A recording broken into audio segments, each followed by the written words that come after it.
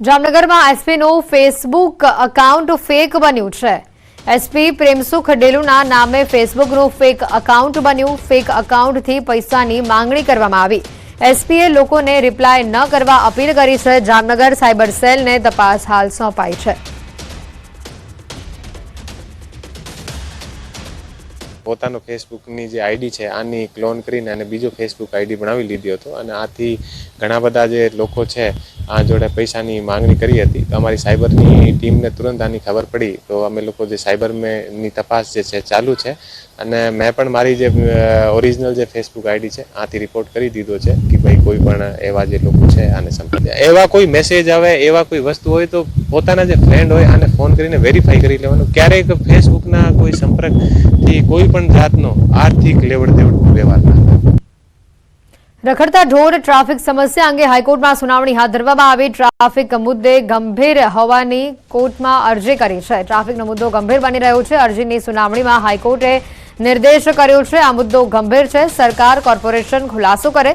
સુનાવણીમાં પશુ માલિકો તરફથી કોર્ટમાં રજૂઆત પણ કરવામાં આવી। ઢોર નિયંત્રણ નીતિની અમલવારી કાયદાની મર્યાદામાં રહીને કરવામાં આવે અને અમારી રજૂઆતને લઈને સાંભળવામાં આવે તેવું પશુ માલિકોની માંગણી છે। નડિયાદની જેમ અમદાવાદમાં પણ મૃત પશુઓની સમસ્યા વધી હોવાની પણ રજૂઆત થઈ હતી। કોર્પોરેશનને હાઈકોર્ટમાં રજૂઆત કરી કે ઢોર નિયંત્રણ નીતિના મુદ્દાને ધ્યાનમાં લઈને અને પછી માલિકોને રજૂઆતો બાબતે લેવામાં થતા પગલાં અંગે પણ વિસ્તૃત જવાબ રજૂ કરવો જરૂરી છે। હાઈકોર્ટની પશુ માલિકોને ટકોર સામે આવી છે। માલિકોને ટકોર કરાઈ છે। એક બાજુ કોર્ટમાં વિનંતી કરું છું અને બીજી બાજુ નીતિની અમલવારી થતી રોકવા માટેના પગલાં લો છો એવું ચલાવી નહીં લેવામાં આવે। વધુ સુનાવણી આવનારી 22 ડિસેમ્બરના રોજ હાથ ધરાશે। હિટ એન્ડ રનના બનાવો અમદાવાદમાં વધ્યા હોવાની પણ અરજી કરવામાં આવી હતી। અઠવાડિયામાં અકસ્માતમાં 20થી વધુ લોકોના મોતની રજૂઆત કરાઈ હતી। અમદાવાદમાં ઘણા વિસ્તારમાં અકસ્માત માટે હોટસ્પોટ બન્યા હોવાની પણ અરજી કરાઈ હતી।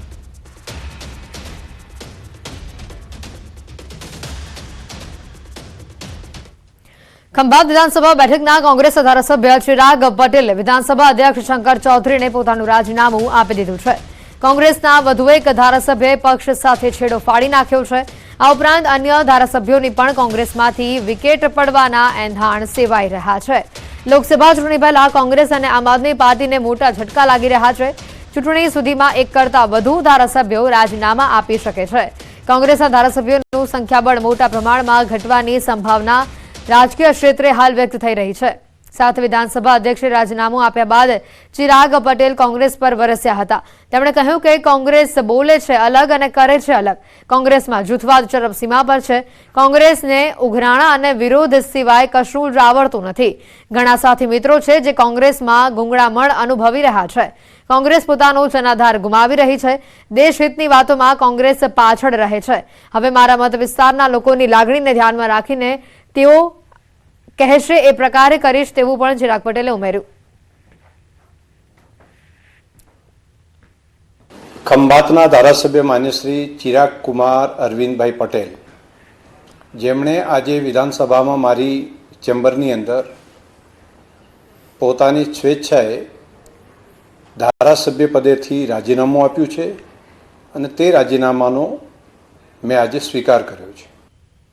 રાજકોટમાં બસપોર્ટ ખાતે મુસાફરોએ કર્મચારીઓનો ઉધડો લીધો। ક્યારેક સમયસર બસ આવતી નથી તો ક્યારેક એક જ સમય રૂટની 2 બસ પ્લેટફોર્મ ઉપર આવી જતા મુસાફરો રોષે ભરાયા હતા। સમયસર બસ ન આવતી હોવાની મુસાફરોએ અનેકવાર ફરિયાદ પણ કરી હતી।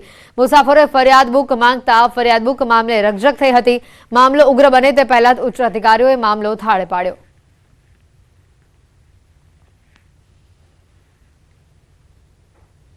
રાજ્યમાં એક વર્ષ બાદ કોરોનાની ફરી દસ્તક સામે આવી છે।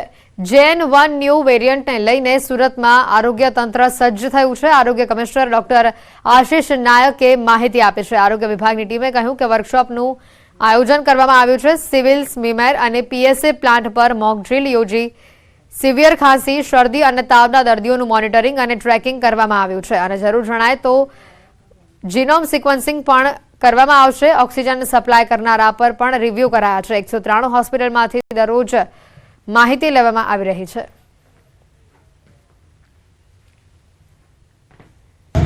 તમામ મેડિકલ અને પેરામેડિકલ સ્ટાફના ઓરિએન્ટેશન ટ્રેનિંગની વર્કશોપનું આયોજન પણ સુરત કોર્પોરેશન દ્વારા આગામી 2 દિવસમાં કરવામાં આવ્યું છે, જેમાં તમામ મેડિકલ અને પેરામેડિકલ સ્ટાફને ટ્રેનિંગ આપી આગામી દિવસોમાં કોઈ પરિસ્થિતિ ઉપસ્થિત થાય તો તે સંદર્ભેની તમામ તકેદારી રાખવા માટે સુરત મહાનગરપાલિકા સજ્જ છે. બનાસકાંઠાના થરાદમાં નર્મદા નિગમના અધિકારીઓ પ્રતિક ઉપવાસ પર ઉતર્યા છે. નાયબ કાર્યપાલક ઇજનેર અને મદદનીશ ઇજનેરોએ હાથમાં કાળી પટ્ટી ધારણ કરી વિરોધ નોંધાવ્યો છે. હાથમાં કાળી પટ્ટી ધારણ કરી તેઓ પ્રતિક ઉપવાસ પર ઉતર્યા છે. તમામ 5 બેન્ચની ભરતીમાં નાયબ કાર્યાલય ઇજનેરનું પ્રમોશન ન અપાતા રોષે ભરાયા છે. 15 વર્ષ સુધી સરકારે નાકાઈની ભરતી ન કરી અન્યાય કર્યાનો પણ આક્ષેપ તેઓ કરી રહ્યા છે. આ વિભાગમાં અધિકારીઓ માટે પ્રમોશનના નિયમો અલગ અલગ હોવાના પણ આક્ષેપો થઈ રહ્યા છે. બિનઅનુભવી અને ઓછા અનુભવવાળાને પ્રમોશન આપ્યાનો દાવો કરાયો છે. કર્મચારીઓની માંગ નહીં સંતોષાય તો આગામી સમયમાં ઉગ્ર આંદોલનની ચીમકી ઉચ્ચારાઈ છે. એક જ બેચને 2 વાર રિલેક્સેશન આપીને બી જે બિનઅનુભવી ઇજનેરો છે એને ડાયરેક્ટ જ કાઈ તરીકે મીન્સ પ્રમોશન આપી દેવા એવી નીતિ અપનાવી રહ્યા છે. તો એનો અમને તદ્દન વિરોધ છે. એના માટે અમે અહીં આજ મળ્યા છીએ, પ્રતિક ઉપવાસ પર ઉતર્યા છીએ. રાજકોટ શહેરમાં પીજીવીસીએલની ટ્રેકિંગ કાર્યવાહી સામે આવી છે. મધ્યસ્થ જેલ વિસ્તાર, રેલનગર વિસ્તાર, જામનગર રોડ તેમજ ભોમેશ્વર વિસ્તારમાં ટ્રેકિંગની કાર્યવાહી હાથ ધરવામાં આવી છે. અલગ અલગ 30 ટીમ દ્વારા એસઆરપીના 12 જેટલા જવાનો તેમજ 8 સ્થાનિક પોલીસ કર્મીઓને સાથે રાખી ટ્રેકિંગ કાર્યવાહી હાથ ધરવામાં આવી. સાંજ સુધીમાં લાખો રૂપિયાની વીજ ચોરી ઝડપાય તેવી શક્યતા વ્યક્ત કરાઈ છે.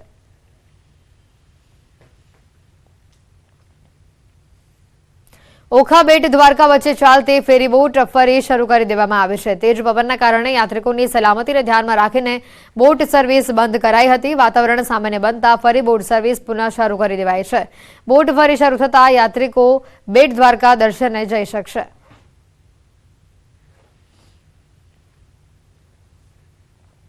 અમદાવાદમાં સ્માર્ટ ઇન્ડિયા હેકાથોનનું આયોજન કરવામાં આવ્યું. સીએમ ભૂપેન્દ્ર પટેલ લીલી ઝંડી આપશે.